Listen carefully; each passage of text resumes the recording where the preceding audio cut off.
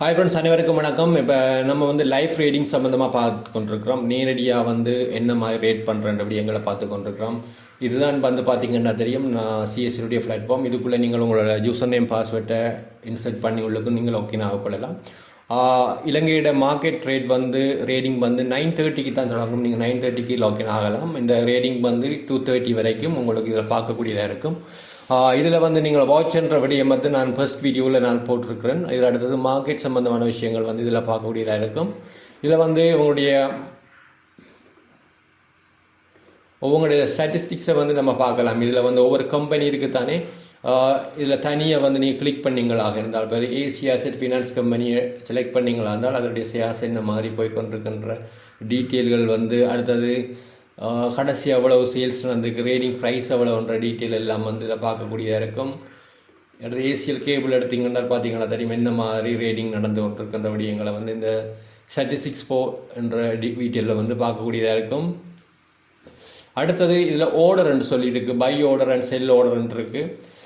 அதுக்கு முதல் நீங்கள் வந்து இன்றைய நாளில் வந்து ரேடிங் செய்ய போகிறீங்களா இருந்தால் மார்னிங்லேயே வந்து நீங்கள் இவங்களுடைய அதாவது இந்த என்டிபியாக இருக்கலாம், என்ன செக்யூரிட்டி கம்பெனியோ அவங்களோட கண்டெக்ட் பண்ணி அவங்க ஒரு அக்கௌண்ட் நம்பரோடு தருவாங்க, அவங்களுடைய பேங்க் அக்கௌண்ட் ஒன்று தருவாங்க. அந்த பேங்க் அக்கௌண்ட்டில் வந்து நீங்கள் காசை வந்து டிபாசிட் பண்ணிவிட்டு இவங்களுக்கு வந்து நீங்கள் அந்த செக்யூரிட்டி கம்பெனிக்கு ஒரு மெயில் ஒன்று போடணும். நான் இப்படி உங்களோட அக்கௌண்ட்டில் வந்து டிபாசிட் பண்ணிட்டேன்னு சொல்லி உங்களோட ஸ்லிப்பை வந்து அட்டாச் பண்ணி அனுப்பினீங்களாக இருந்தால், அல்லது நீங்கள் ஆன்லைனில் ட்ரான்ஸ்ஃபர் பண்ணிவிட்டு அவங்களுடைய அந்த ஆன்லைன் ட்ரான்ஸ்ஃபர் ஸ்லிப்பை வந்து அவங்களுக்கு அனுப்பினீங்களாக இருந்தால், அவங்க வந்து இந்த பிளாட்ஃபார்மில் அவங்களுடைய காசை வந்து ஆட் பண்ணி விடுவாங்க. அதற்கு பிறகு நீங்கள் ரேட் பண்ணக்கூடியதாக இருக்கும்.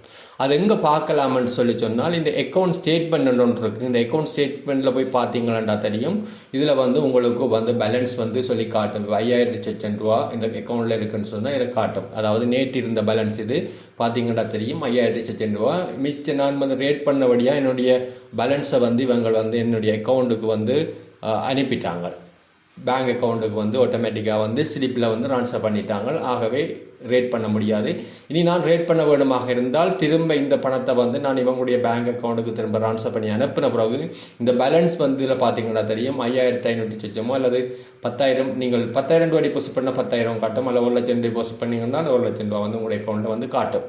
அதன் பிறகு நீங்கள் வந்து என்ன செய்யலாமாக இருந்தால், நீங்கள் ஒரு ஷேர்ஸ் வந்து வாங்க போகிறீங்களா. எக்ஸாம்பிள் பார்த்தீங்கன்னா தெரியும், இந்த டோக்கியோ சீமெண்ட் என்ற ஒரு ஷேர்ஸை வந்து நம்ம வாங்க போகிறீங்கன்னு சொல்லி சொன்னால் இந்த ஆர்டர்ன்ற விஷயம் இருக்குது. இது பைக்குள்ளே வந்து நீங்கள் கிளிக் பண்ணிங்களா அப்படி வரும். சாட் வந்து இதில் வந்து டோக்கியோ என்ற விஷயத்துக்கு பல நீங்கள் டைப் பண்ணிங்களா சரி பார்த்தீங்கன்னா தெரியும், டோக்கியோ சீமெண்ட் வரும். அப்போ உடனே பார்த்தீங்கன்னா தெரியும் 2 வகையான ஷேர்ஸ் இருக்குது. இங்கே வந்து Tokyo cement, Tokyo TKYO N ஒன்று இருக்கும், அடுத்தது TKYO X இருக்கும். அதாவது இந்த எக்ஸன்ட் இருக்கிறது என்னன்னு சொல்லி சொன்னால் நான் போட்டிங் ஷேர்ஸ், அதாவது ப்ரீஃபரன்ஸ் ஷேரான்னு சொல்லுவோம். மேலுக்கு இருக்கிறது வந்து என்னென்று இருக்கிறது வந்து நார்மல் ஷேர் அல்லது வந்து சாதாரண பங்குகள்னு சொல்லுவோம். அதாவது இந்த சாதாரண பங்கோட ப்ரைஸை பார்த்தீங்கன்னா தெரியும், இது வந்து கொஞ்சம் ஹையாக இருக்கும், ப்ரைஸ் வந்து கூட இருக்கும், 71.80 அப்படி இருக்கும். அடுத்தது பார்த்தீங்கன்னா மற்ற ஷேர்ஸை பார்த்தீங்கன்னு சொல்லி சொன்னால்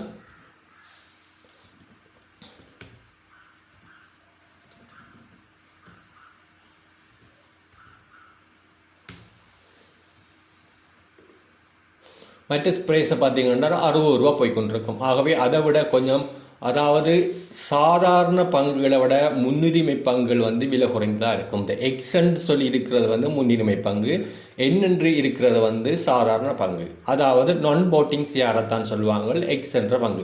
நீங்கள் நான் போட்டிங் ஷேர்ஸ் என்று சொல்லி சொன்னால் இவங்களுடைய ஆண்டு கூட்டங்களில், அதாவது டிரெக்டர் மாற செலக்ட் பண்ணுற கூட்டங்களில் உங்களுக்கு போட்டிங் பவர் வந்து இல்லை. அது மட்டும்தான் இந்த 2 ஷேர்ஸுக்கு இடையிலான வித்தியாசம்.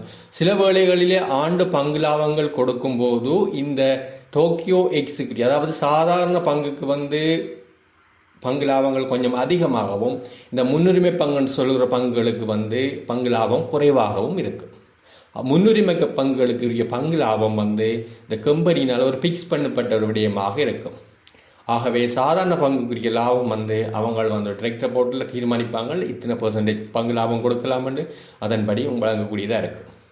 அதன் காரணமாக சாதாரண பங்குகளோட ப்ரைஸ் கொஞ்சம் ஹையாகவும் முன்னுரிமை பங்குகளோட ப்ரைஸ் வந்து கொஞ்சம் குறைவாகவும் இருக்கும். ரைட். இப்போ நீங்கள் நம்ம முன்னுரிமை பங்கு தான் வாங்க போகிறோம் என்று சொன்னால் இதில் வந்து உங்களுடைய எவ்வளவு பணம் இருக்குன்னு சொல்லி பையிங் பவர்ன்னு சொல்லி இதில் காட்டும். 1,00,000 ரூபா நீங்கள் டிபாசிட் பண்ணீங்கள் என்றால் இந்த 1,00,000 ரூபா என்று சொல்லி இது காட்டும். அதன் பிறகு நீங்கள் எவ்வளவு பங்குகள் வேணும், உங்களுக்கு 100 பங்கு வேணும் என்று சொல்லினால் 100 பங்கு நீங்கள் டைப் பண்ணீங்களாக இருந்தால் பார்த்தீங்கன்னா தெரியும் 6,050 ரூபான்னு சொல்லி காட்டும். நீங்கள் 1000 பங்கு வேணுமாக இருந்தால் பார்த்தா தெரியும் உங்களுக்கு 60,500 ரூபா. இதில் கமிஷன் வந்து 677 ரூபா போகுது. 61,177 ரூபா காசு உங்களுடைய அக்கௌண்ட்டில் இருக்குமாக இருந்தால் இந்த ஷேர்ஸை நீங்கள் வாங்கலாம். ஜஸ்ட் அதன் பிறகு நீங்கள் வந்து இந்த பையன்றதை கிளிக் பண்ணீங்களாக இருந்தால் ஆட்டோமேட்டிக்காக உங்களோட ஷேர்ஸ் வாங்கப்பட்டுவிடும். ரைட். இவ்வளவுதான் வந்து இந்த விடயம் என்ன மாதிரி ஷேர்ஸை வந்து வாங்குகின்ற விடயம் சம்பந்தமான விடயமாகும். ஓகே ஃப்ரெண்ட்ஸ், நீங்கள் அடுத்த வீடியோவில் என்ன மாதிரி மற்ற விடயங்களையும் வந்து நம்ம பார்ப்போம்.